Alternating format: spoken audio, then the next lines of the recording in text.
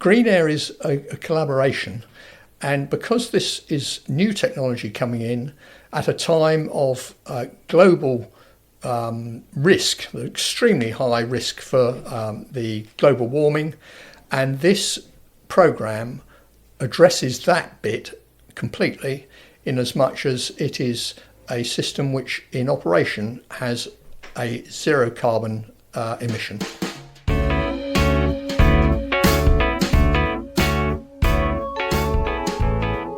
Welcome to the Bailiwick Express podcast. My name is Matthew Leach.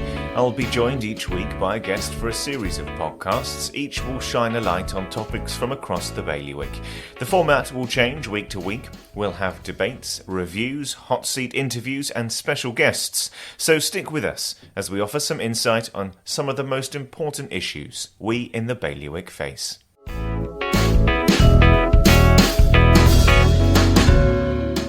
The future of air travel is green, and it's fuelled by hydrogen. Well, that's according to the owner of GreenAir, Mark Harrison. Mr. Harrison has been working in the aviation industry for decades, and most recently has been working on a plan to bring hydroelectric aircraft to the Channel Islands. His grand plan would see several islander aircraft fitted with hydroelectric engines servicing the inter-island routes. Whether or not this is possible is another question, and I asked Mr. Harrison to come and tell us how it could happen, when it could happen, and why it needs to happen. So, well, welcome to the studio, to our offices, Mark. How are you doing today? Yeah, it's all good. And we've already spoken before a little bit, so we kind of introduced each other this week, but we're talking about GreenAir, and it seems like a very relevant time to be talking about GreenAir and airlines and the future of, air travel going forward. First off, I suppose, just to introduce yourself and introduce who you are and where you've come from. Who is GreenAir? GreenAir is a Guernsey-based incorporated company. It's a new start airline that is spun off from my other work, which is Harrison Aviation, an aviation consultancy. And the background of that is my 50 plus years of in aviation, in commercial aviation, starting with an engineering apprenticeship with Rolls-Royce at Bristol. That's Concorde and Harrier engines and helicopter engines, and then aircraft modification. And then I jumped ship and I went flying, and I started flying heavy helicopters on the North Sea routes. And I've worked in various parts of the world, Middle East and Falkland Islands and different parts, running those aircraft. I've run in the Channel Islands for about 35 years and had about 9 years living up in Alderney. And so from that, you developed Harrison Aviation? Harrison Aviation, and that's a consultancy, and we've done a fairly broad spectrum of work. Worked on airships. There's a big program going forward at the moment with bringing airships back into use, brand new ones, and so that I did a little bit of work there, which was to do with the interface between bringing a manufactured product into operation. And it was a tiny slice that I had a particular knowledge of, and I was able to help them for a bit with that. And then a lot of aviation manuals. I do manuals for different aircraft to allow them to operate. And so how did that then lead into GreenAir? Because that's it's kind of splintered off, hasn't it, from Harrison? Would that be a good way of saying it? Well, what happened with it is this. I've been involved with electric aviation and sustainable aviation for about 35 years, trying to work out how it was to be done and why and when. But it became obvious about 8 or 9 years ago that we were very, very nearly there. As we saw electric cars developing, we knew that the technology was possible, but we also knew that the batteries were too heavy. And so that we wanted the batteries to develop a bit more. But in actual fact, the path has changed, and we find that pure batteries, although they are very desirable, are too heavy. Hybrid systems are too heavy and they're dirtier than normal aircraft, but hydrogen electric, and I'll explain that a little bit more later, is the way forward. So what we're using is a green hydrogen. That's hydrogen manufactured from sustainable sources, and we convert that into electricity in hydrogen fuel cells.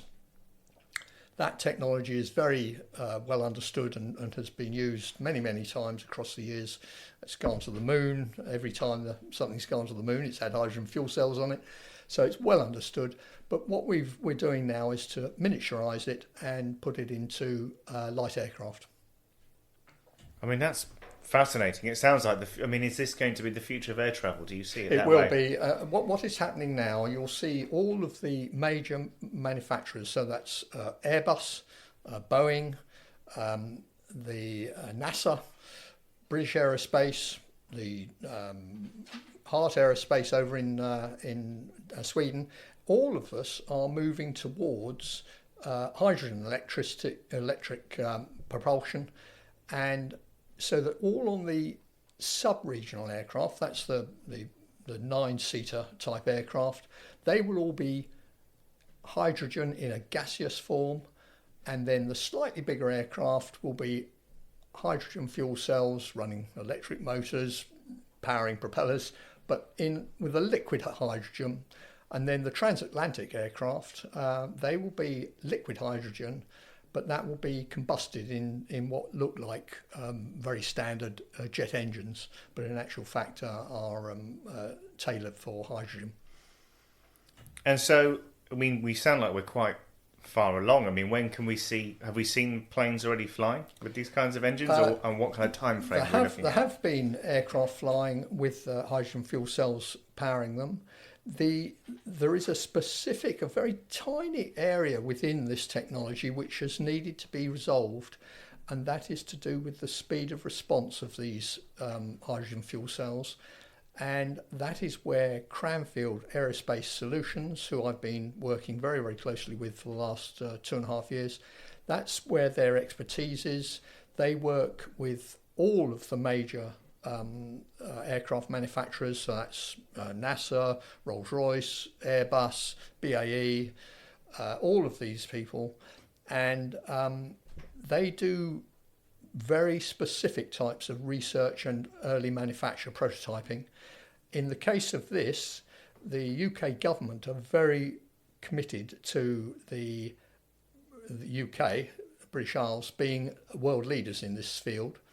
And so there is a very large research program in both the aircraft technology, the propulsion technology, but also in the ground-based infrastructure, which is vital to make all of this work correctly. And so part of the work I've been doing over the last 2.5 years has actually not been to do with the aircraft or the propulsion systems, it's been to do with the ground-based infrastructure. So I've been talking who would be the people who want to make this hydrogen, and it turns out that it's the Guernsey electricity, Jersey electricity, all of the Rubis, who are the fuel distributors here in Guernsey, so that they all have a very strong interest in hydrogen for a variety of different reasons. And what is happening in the UK is that the UK government have just put in a very large amount of money, 630 something million pounds, into the research of the ground-based infrastructure, because that has to be in place to allow all of the aircraft to fly and to allow the trucks and the cars to run on hydrogen. And it only ever makes sense if it's green hydrogen. It has to be green, otherwise waste of time. So, I mean, forgive me, but it sounds complicated to get. There must be a lot of stakeholders involved, people you must talk to. I mean, what needs to happen for this to be a realistic prospect for the Channel Islands? Well, the reason it works for the Channel Islands is this. The Channel Islands, the Islander aircraft is very well known down here. It's been working here for the last, since 1967, 68. And it's a very well understood aircraft. It's the most successful British commercial aircraft ever manufactured by number. And so that when I understood that Cranfield had selected the Islander for this programme, Project Fresson Phase 1, I rang them immediately and went to see them 2 or 3 days later. Because I understood that the inter-island routes here were absolutely perfect for this, and what we're trying to do, GreenAir is trying to do, is to make the inter-island transport a very, very simple, fun type experience. Step on, step off, reduce the cost as much as we can. It's a bus service, it's no more than that. Very, very high frequency between the islands, so that those who wish to nip down to Jersey for a meeting in the morning, they could nip down from from Guernsey in the morning and be back by lunchtime, rather than wasting a whole day down there sitting around the airport. So that's the type of program we want. We know it works. We know we've got all the background data on it because it's all published public domain data, and we know it was successful because Aurigny did it highly successfully for 35 odd years with the islanders and with trilanders. So we're not producing anything new other than the islander that we'll be running is effectively a brand new aircraft. It's a completely different power system, but all of the core bit of the aircraft, the wing and the fuselage, is as it always has been, highly successful. So you get to a point, say, in 3 or 4 years where you have your fleet of aircraft. What kind of permissions do you need? How does that get implemented in the island? How do you absorb that route? Well, the routes, originally, the routes were built up by Sir Derek Bailey with Aurigny in 1968, and he was very insistent that the route needed to be a triangular route, so that was Aurigny, Glossair became Aurigny, and those routes were built up: Alderney, Guernsey, Jersey, Alderney, that triangle. And we are absolutely certain that you need to replicate that system, and it involves all of those people, all of those companies who are currently involved with those routes being part of this. So GreenAir is a collaboration, and because this is new technology coming in at a time of global risk, extremely high risk for the global warming, and this program addresses that bit completely, in as much as it is a system which in operation has a zero carbon emission. So that you take an existing aircraft, you change the propulsion system, and its emissions drop to zero instantly. I mean, that's incredible. Are you have you had conversations with local government? All of that is ongoing. There is a lot to be discussed still, and a lot to be. Local governments and local companies have got to be convinced that this is A, the correct way forward, B, it's viable, and C, it doesn't remove their own viability. It's not a threat to them, and it isn't, because what GreenAir is proposing is a collaboration that we would be working directly with all these different stakeholders, and the real background to it is that we wish to ensure that this technology, which addresses global warming as much as we possibly can, it is brought into the Channel Islands, and so that the Channel Islands become the first jurisdiction in the world to be operating completely zero carbon on the inter-island air transport. Which would make us head and shoulders above the rest, which would be quite incredible. It would be. I mean, you mentioned earlier on that this is complex, and it is. And there are so many different facets of this. And part of my background, I've now 52 years in aviation. I've done a lot of different bits of aviation. And part of the unique skill set I have is that it crosses so many of these boundaries: design, engineering, modification, operations.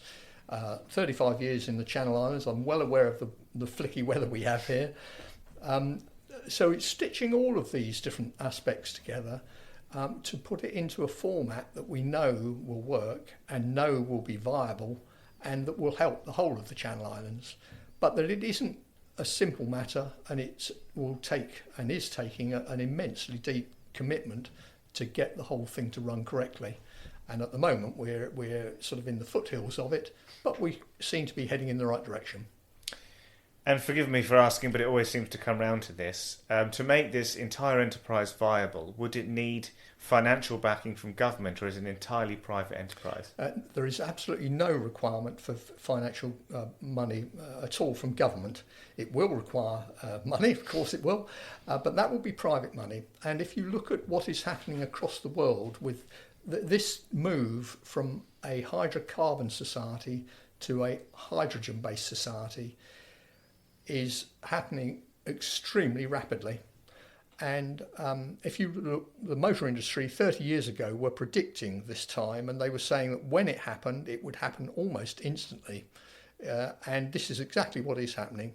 This move is very, very rapid, but what it does do is to move the extremely large volumes of money which are currently in hydrocarbon, the oil industry, which I've been part of. I've been very much part of in the past. I think we all have. Yeah, that's part of it. In the Middle East and the North Sea and all that.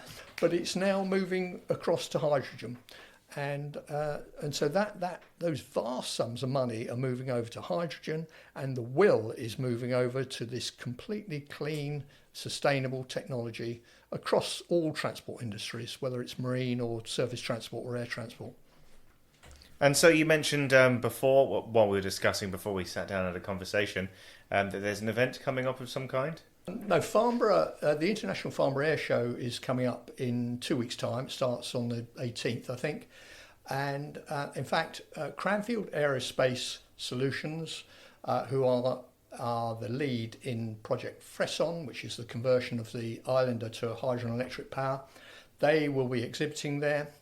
And I'll be going to assist them and be at their stand with them in a couple of weeks' time.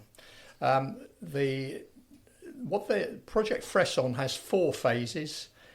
Phase 1 is the Islander. So we're trying to work out the core architecture of hydrogen electric aircraft, and that architecture and the regulations that are around it are extremely difficult to get to correct. But they are coming correct, and it's because of this very, very powerful organisation in Cranfield that allows that to happen. When Project Fresson, phase 1, the Islander, is complete, that technology will be moved sideways very, very quickly and scaled up to fit into the Twin Otter aircraft, 19-seater, and then and that's Fresson phase 2. Fresson 3 is a brand new 19-seater. And then phase 4 is a brand new 70-seater hydrogen electric aircraft. So those phases are all running now. The design work is running on all of those, but the Islander phase 1 comes first. And hopefully we'll see it in our skies. I hope we will. It'll start flying, we believe, in early next year. And then it will be tested and tested and tested and tested. When it comes down here, it'll be a completely fully certified aircraft, the same as any other aircraft coming down here. There'll be no aspect of prototyping or testing down here. It'll all have been done, and so all we'll do is to bring it in here, and what the passengers will notice is it's quiet, and that we will be able to run the operation in a very efficient, quiet manner with zero carbon. And so do you think it's inevitable that eventually all planes will be electric? Yes, they will. Yeah. They will be hydrogen, and the smaller aircraft, the sub-regional, that's the 9-seaters and the 19-seaters, will be hydrogen electric. The regional aircraft will be hydrogen electric. The transatlantic long-haul aircraft will be pure hydrogen. And so they'll be combusting that hydrogen in jet engines. But what you will find, and what you'll see, and you'll sort of hear the dates of this, 2035, they're saying these aircraft will be in play. Now, that really describes the very large aircraft, because what will happen is that the aircraft shapes will change quite a lot, And so you'll be bringing in a whole new range of brand new aircraft for the international routes. And that's why that date is fixed 2035. But for the Islander, that will, as I say, start flying the end of next year or beginning of 2025, and then 24, and then it will have the 2 years testing, and then it will be in service. Fantastic. Is there anything else we missed, or anything you'd like to add?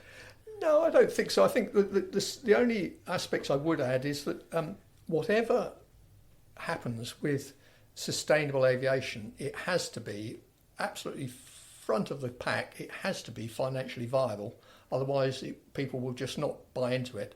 And so the work I've been doing, a part of the work I've done over the last couple of years, has been to work out the financially viable path which will allow the inter-island routes here to be run viably, to be run cheaply and simply. And I think I've got the right mix on that. But it's been a couple of years' work to get there. Well, I wish you all the best of luck, and thank you very much for talking to us. My pleasure.